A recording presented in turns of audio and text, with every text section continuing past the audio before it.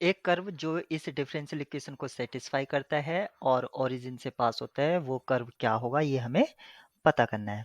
तो given differential equation है sin y dy upon dx equals to cos y with in bracket 1 minus x cos y।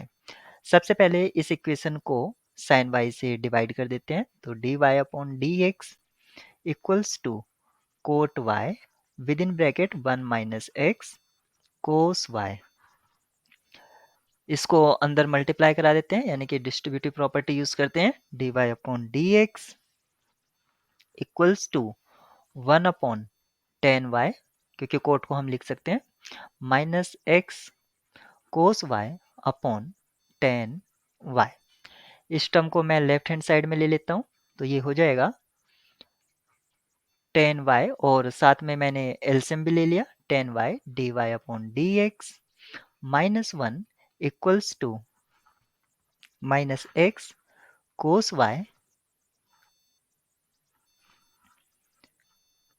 Upon tan y into tan y, और tan y से tan y cancel out हो जाएगा। तो ये हमें मिला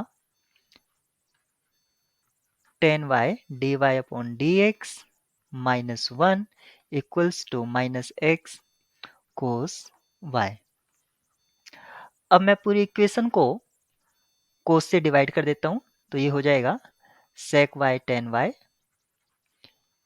D y upon d x minus sec y equals to minus x. अब आप इस सेक वाई को एज ए ट्रीट करिए फंक्शन v, तो हमने लेट किया sec y equals to v sec y tan y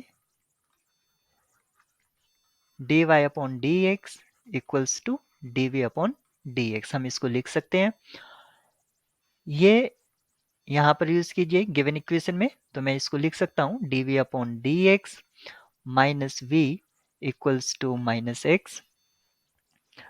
और इस इक्वेशन के लिए इंटीग्रेटिंग फैक्टर क्या होगा, e raise to the power minus D X, और ये हो जाएगा e raise to the power minus x.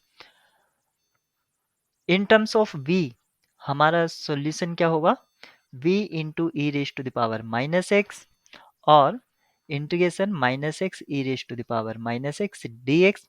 Integration by parts apply करेंगे हम यहाँ पर, तो वहां से मिलेगा x E raise to the power minus X plus E raise to the power minus X plus C.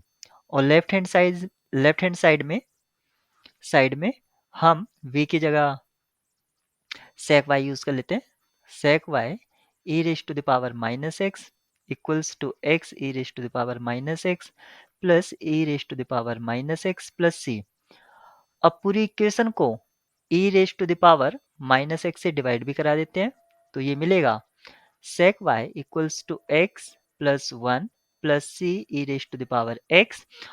और ये जो कर्व है ये जीरो जीरो से पास हो रहा है, तो कोस जीरो आपका वन होगा, तो यहां से हमें मिलेगा वन प्लस सी। यहां से हमें सी की value C equals to zero मिल जाता है, और सी इक्वल्स टू जीरो मिल जाता है वो आप इसे इक्वेशन में यूज कर लीजिए। तो यहाँ से हमें जो सोल्यूशन है वो क्या मिलता है, sec y equals to x plus one. यही हमारा फाइनल आंसर होगा, x plus one sec y equals to